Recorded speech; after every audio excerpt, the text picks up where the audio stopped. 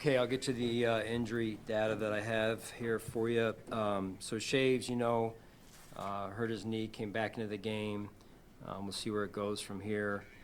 I'm still evaluating his situation. Gabe, unfortunately, has a torn ACL, and he'll be out for the season. Jordan Poyer, hamstring, will be week to week. Don Kincaid, I know there's, some information out there about him being in a boot. It was more precautionary. He should be fine this week as we head into the week of practice here. The rest of so Terrell Bernard, Max Harrison, Ty Johnson, all are improving. We'll see where it goes. Josh Allen certainly sore, and as you know, he's going to do whatever it takes to play. And then DeMar Hamlin had a good first week overall coming off the IR, and or not off the IR, but opening up his window, and we'll see where that goes. And then we're going to return both Curtis Samuel and Ed Oliver to practice this week here. So, time's yours. The first player you mentioned, the knee. Shavers? Oh, Shavers. Yeah.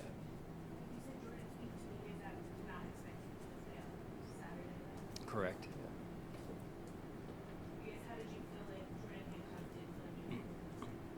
He did a good job. Yeah, young player. It's good to get him the reps he got, and did some really good things out there, especially for a young player that hasn't played a ton in terms of consistently back there. He's been in certain packages for us, but he did a good job.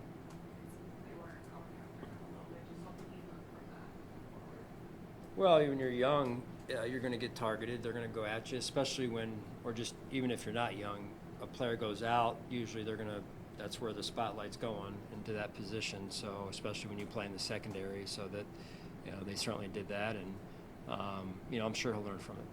What about the safety position? I know those two guys together, I guess Cole and Hancock. Can you give us what your take is now, given the player situation, and how he's heading into this game, just like a general overview, without telling me like strikes and weaknesses? Yeah,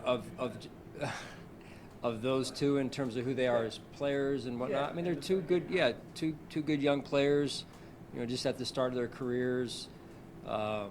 Cole's obviously a year and a half into his, or a year plus now, and he's got more experience than obviously Jordan does. But Jordan's done some good things, and in college he played multiple positions. He played some nickel, played some safety, maybe even played some corner here and there. So he's been doing some of that for us as well. So he's got some position flexibility to work with also.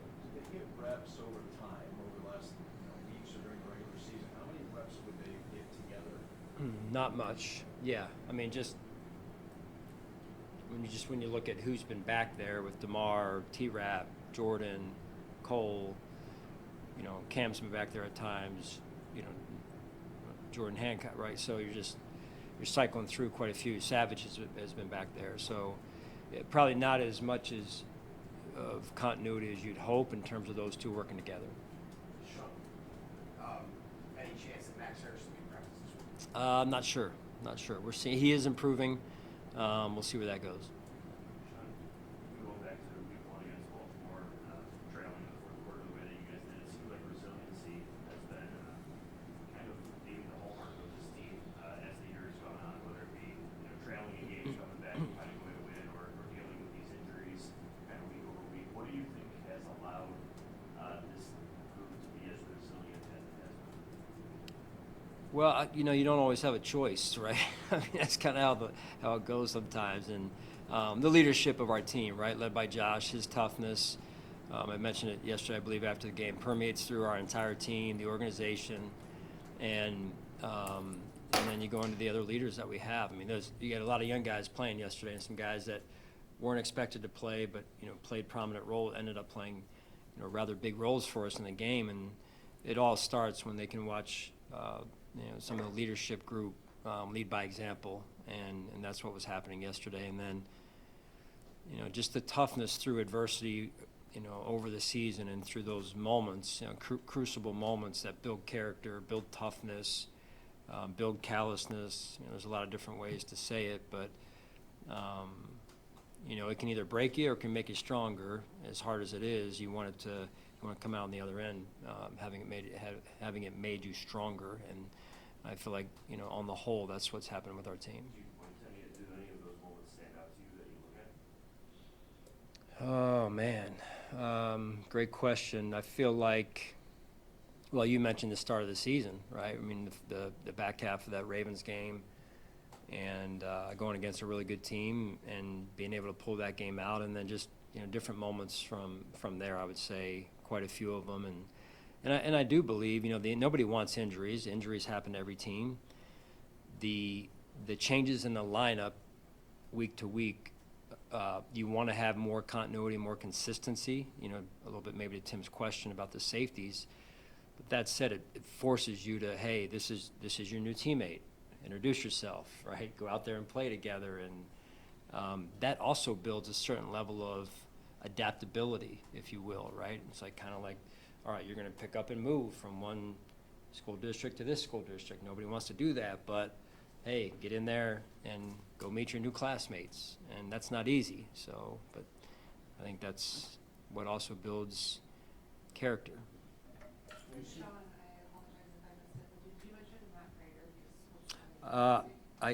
Matt Prater is in a good spot, and he will have some form of practice this week, maybe similar to last week, maybe a little bit more. We'll see. With Shaq Thompson, Jordan Poyer, Brandon Cooks, Matt Prater, you guys brought in a lot of experience with several guys, and they've all made an impact on the field. I'm curious, with all that experience, wisdom that they've gained throughout their careers, has that group made an impact off the field? Have you seen on your locker room and your? Oh yeah, no, for sure. I mean, I had a chance yesterday before the game. I saw Drayton Florence, who played for me before years ago. He was on our Super Bowl team, and one of the things that stood out about Drayton, we had actually been released, I think, at the 53 cut, and then brought back a few weeks later, give or take. And what he brought to our team, he was a veteran back then, but and with a ton of experience. And hey, young guys, this is how you do things. This is how this works. On our journey that year, on the run, and it was, to me, very influential in terms of his leadership and his wisdom, as you mentioned. And now you're seeing that in some of these other players with the vibe that they bring, the look in their eye during the week. Yeah, everybody's tired, and they're tired too, but I mean, they're digging deep right now. And so young guys see that, yeah, they'll hear it, but they're also going to watch it, and how these guys handle themselves on a short week like this and get themselves ready to go. And I mean, that environment yesterday was some of our young players' first experience in that type of setting, and to have those guys on the team lead by example, like I said before, is a great thing for us. A lot's been made of disguising coverages and pre-snap, post-snap. Even Coach Cohen gave you guys a lot of credit yesterday for being able to do that. But with all the new rules and the headsets and talking, has that forced you to evolve also in how you kind of approach changing coverages and doing different things throughout the week or on game day, basically? Yeah, I mean, you try and do the best you can to disguise things. These offenses are evolving every year, and so you try and evolve with them. Sometimes there's only so many things you can come up with, though, year to year, week to week, I guess, too. And like I said, I think I made mention of this last week, of these offenses used to be able to game plan in a certain amount of time, and now it seems like it's like triple what the time that you have to spend, because there's so many different styles of offense just in one offense that you're going to face. And so it's, and now they've got the radio signals and all that type of stuff. So a lot of smart coaches out there. Sean, you were asked about it after the game. It's been a fun kind of topic of conversation, game management approach. The idea of maybe trying to leave a little bit more clock there. I don't know if now that you've had a chance to go back and look at it again and review it and maybe fully digest it, how do you feel coming away from it? Do you feel like you guys made the right call, or would you have maybe done things differently? Well, we're still processing through some of that, Jay, and you know, you want to make sure that when you take the field the next time that you say, hey, this is how we would either do it the same or do it differently. That's the key. And just getting back last night and turning it around quickly here, we haven't usually we'll sit as a coordinator group and a game management group and do that and see that process through. So we usually that'll start early in the week, but it'll end later in the week here. So we're not totally there yet. Having said that, I mean, come on, who would not want to bleed time off that clock? It is a slippery slope, though, at the same time. If you try and get too cute and then you all of a sudden take yourself out of, call it quarterback sneak position, now you're running different plays. And now the chance for a negative play to come into play becomes more and more real. So there's a downside to that. Hey, yeah, listen, I was raising my hand, let's take time off the clock. You know, just say that. You know, and so it's like, how do you want to do that, right? You want us to, hey, you know, get the ball and just kind of do one of those? Like, that happens in the backyard. Yeah, it does. It happens in the backyard. But, you know, and there's going to be a lot of people that is going to say, hey, oh, you could just do that. Why don't they try it first, and then when they don't score, you guys can talk about them. So I wanted to make sure that we didn't get too cute. That was when it's a little gray, you say, hey, let's trust our defense, and they did a phenomenal job. You raised your hand. Who voted you down? Me. I thought better of myself. It was an unusual situation. I mean, you think of all these things that present themselves. Have you been around one like that? Yeah, after the game, I was reflecting after I left you guys yesterday, and just getting changed and whatnot. I'm thinking to myself, I don't think I know as a head coach, I've never been through that situation. But I also, I gotta believe it's happened somewhere with all the games over the years.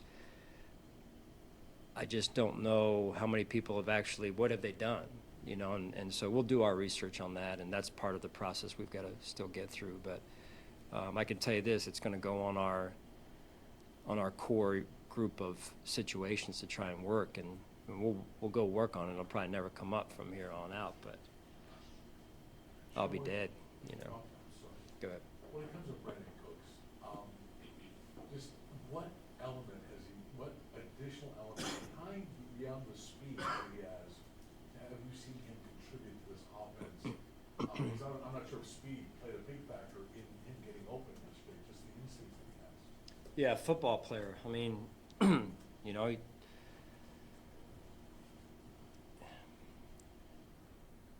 veteran player has already been mentioned. Wisdom, experience. You just mentioned, I think, instincts. That to me is, the game is football. It's not track. It's not 40-yard dash, weightlifting. It's football. And usually when you bring in good football players, you have a chance. Tough, good football players, high character.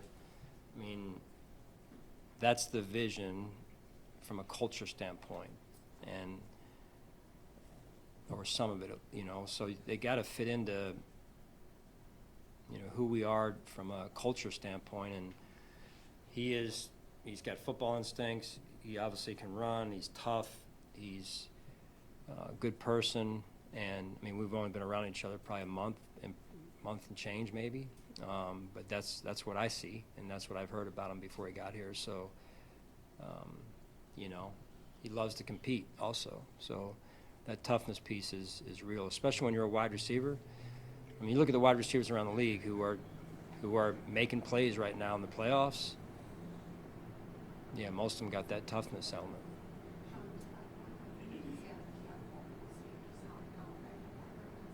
Yeah, I mean, continue to move in the right direction. Continue to, the effort in the run game. You made the big catch for us yesterday down the sideline. That was a huge play for us. Set us up. I believe it was the first score. So anyway, just keep moving in the right direction, and he's been improving each week.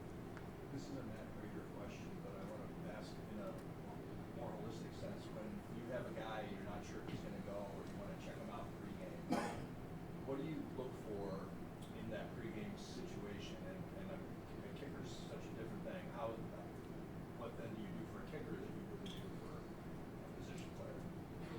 I guess it's probably a little bit more on a case-by-case basis. You know, Matt was in a situation where we kicked Thursday, I believe it was last week. That was the plan. I thought, our training staff did a really good job of, along with Matt, of mapping that out. And then, he went out there and kicked pregame, even before pregame. And so I had a chance to get out there and watch him, and he looked good. He looked strong.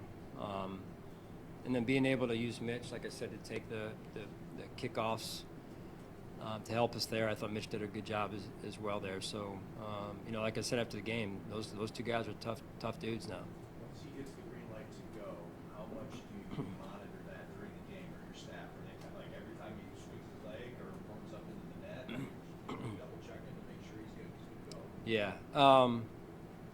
I'm not, but usually I'll get someone will communicate to me of, hey, he's not feeling great. Like that's what happened in the previous game, right? So he wasn't feeling great, kind of put the yellow light up, and we have a conversation then that ensues, and we get a little bit more information on what's going on and what he can and can't do. So that's kind of usually the backside of it. Sean, I know you always prepare for weather, but altitude will be a big word this week. How do you go about this week, kind of laying it out with your staff to making sure your guys are prepared to kind of deal with that? Yeah, we'll deal with it, like we do deal with other things at different stadiums, different geographic locations. So, we've got to make sure we do our due diligence and prepare, and that'll be a piece of it. At the end of the day, we got to make sure we're executing at the highest level. You mentioned it. Did you say it was Go ahead. You mentioned Josh is going to do whatever it takes to play. As he's going to the blue tent, he did so twice yesterday. How maybe amazed or were you that he just came out and as if nothing happened? I guess just his durability, and how much do you worry during those minutes that he's in the blue tent that the worst might be? Yeah, every minute he's in the blue tent, I'm worrying. Right? I mean, and that's true of any player, right? You don't want any player. I don't want to see any player go down on our team or their team, or have to go in the blue tent to be evaluated. I mean, nobody wants that, because you care about the people, right? These guys, I've said long before, these guys are more than just football players. So that's number one. Number two is obviously Josh is the face of our franchise, so nobody wants to see our quarterback, certainly me, go down. And so you do worry, and we're just glad that he's okay, and he's extremely tough and extremely competitive and wants to be out there with his teammates. Coach, in your eyes, how have the Broncos changed over the last year? Faced them in the first round of the playoffs last year, and this year they get to sit a week and rest. Yeah, I'm sure that feels good for them, getting that rest, getting that number one seed, and they've earned it. They've got a great team, all three phases. Very well-coached team, and I have a lot of respect for Coach Payton, and he's done it at a high level, Super Bowl winning coach. So, we're gonna go out there and have to make sure we're rested, through the week as we try and prepare as well on the short week here, and we're gonna have to play better than we did this past weekend in order to win.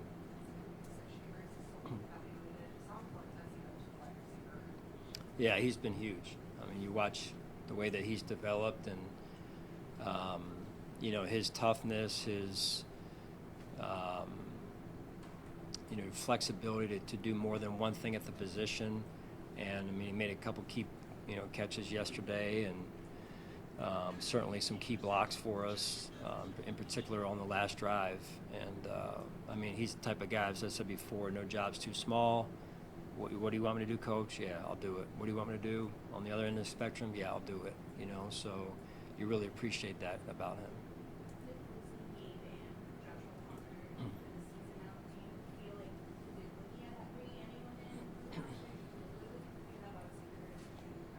Yeah, I feel good with the group we have. Did you get any clarification, or does the league reach out to you at any point about that sequence at the end of the first half? Any greater explanation as to what happened? No, and really didn't, because of the duration that's passed since the game and until now I'm being in front of you guys today, it's been a short amount of time, right? And then just I looked at the play, I slowed it down. I think I got everything out of it that I need out of it, and if we have questions, we'll certainly call the league, but and there's things we can do better there also. All right, thank you guys. That's good.